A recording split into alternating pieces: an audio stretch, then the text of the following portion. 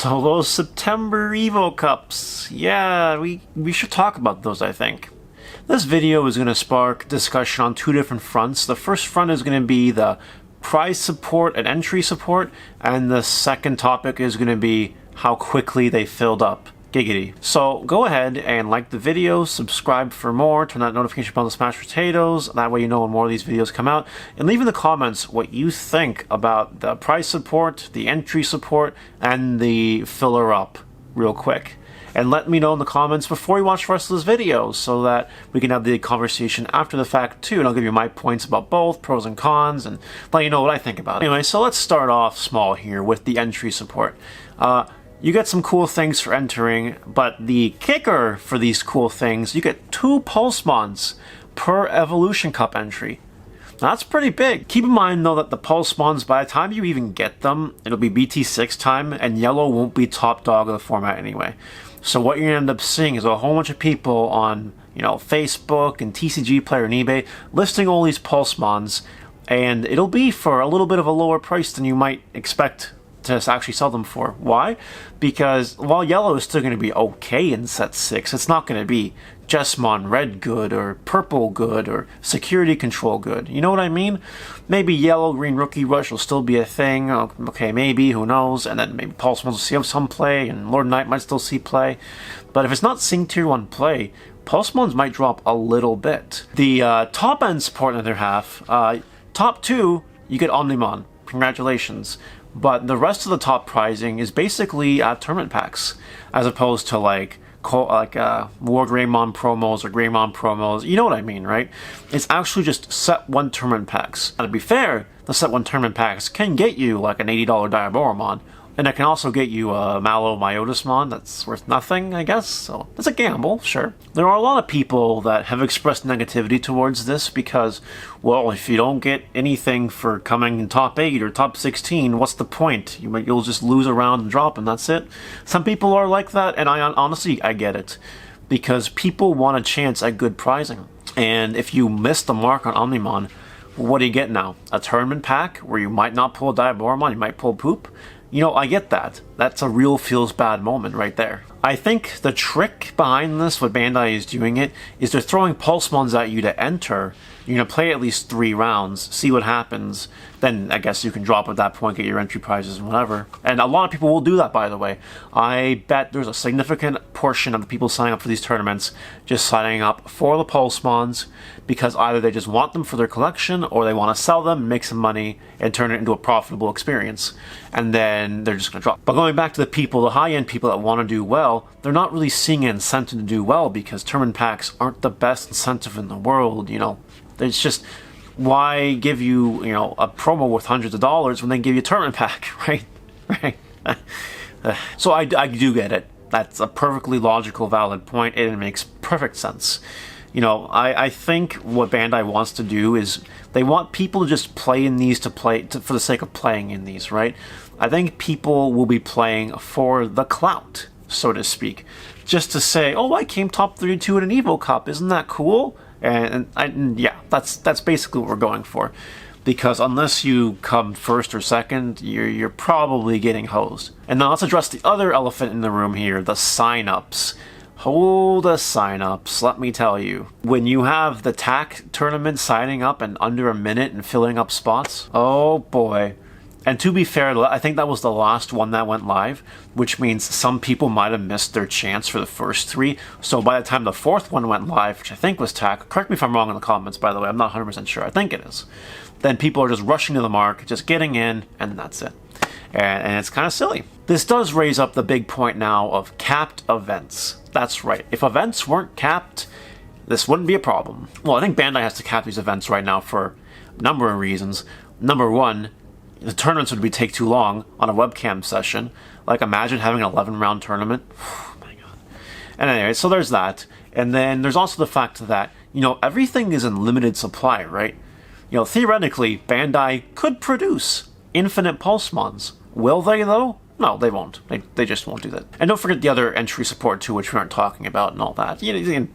Whatever. Okay, it makes sense. And sure, it's hard to manage a tournament with like 1,000 people over webcam. I get it. makes sense. I wouldn't want to do that. I would, but I wouldn't want to do it. So now this is obviously creating a sour taste in a lot of people's mouths because some people couldn't sign up for any of them, right? I know that I don't really care because I didn't sign up for any of them willingly. I just don't have time, so I didn't. But other people that are unlike me that really wanted to play and missed the signups, it sucks. And when you combine the points together, it really sucks that people are playing in these tournaments just to get the prizes and drop after 3 rounds. You see the problem here? Before I give my opinions on both of these subjects, I want to caveat into a different pathway here real quick, semi-related. These event caps probably only exist because of webcam tournaments. It's very, very possible that when IRL play resumes, there will be no capped events, or maybe some stores will elect to have a capped event, but it won't be such a major thing. Why won't it be a major thing? Well, because not everyone is going to travel to every event. There are some people out there, you know, whose names start with M and end with Ario, that might consider, you know, traveling to every event and just doing it because it's fun, and you have the income to do it and the time, so you'll do it. So like, some people will. There will be a portion of the population that will go to every event because they can. I know I want to go to every event if I can, so there's that. But, you know, not everyone will, and that's my point. You know, when real life tournaments resume, you know, there might be a in-person Evo Cup somewhere, anywhere, literally many places. But then they might not cap it because they're not expecting such an influx of people, right? And it is easier to manage in-person events than online because you have judges on the scene in person, you have multiple TOs doing things right away, and they're checking deck lists right away, and they're issuing rulings right away, and they're taking payment right away, and giving you your prizes right away. I think that remote duels, the whole capped thing, it'll come to an end, or at least it'll taper off a little bit when real life starts. Maybe I'm wrong.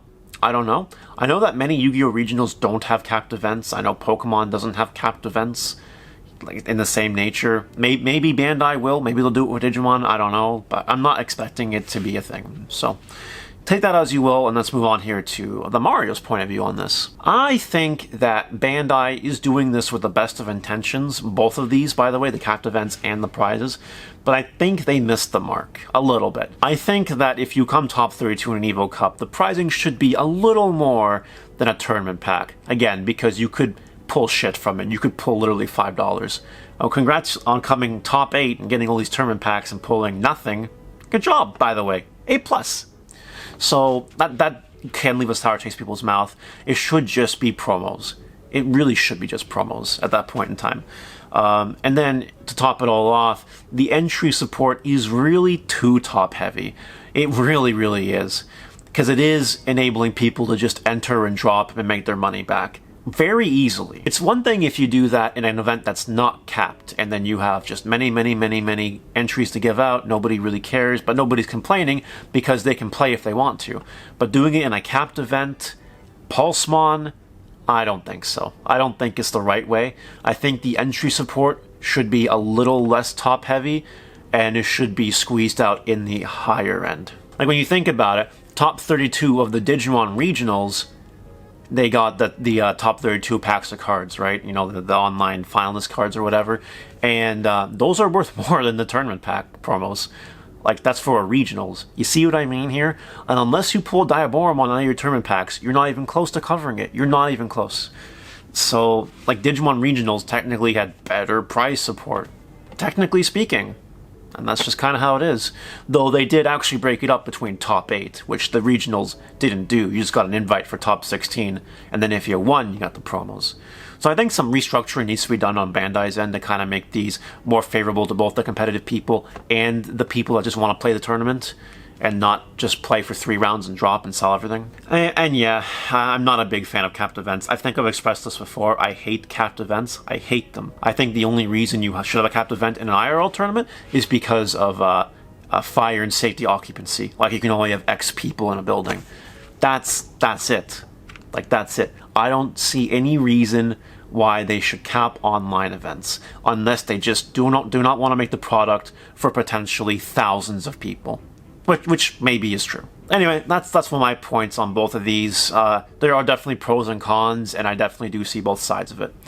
That being said, though, let me know what you think now in comments, now that you heard my thoughts. Do you think I'm crazy? Do you think I'm right? Either's good.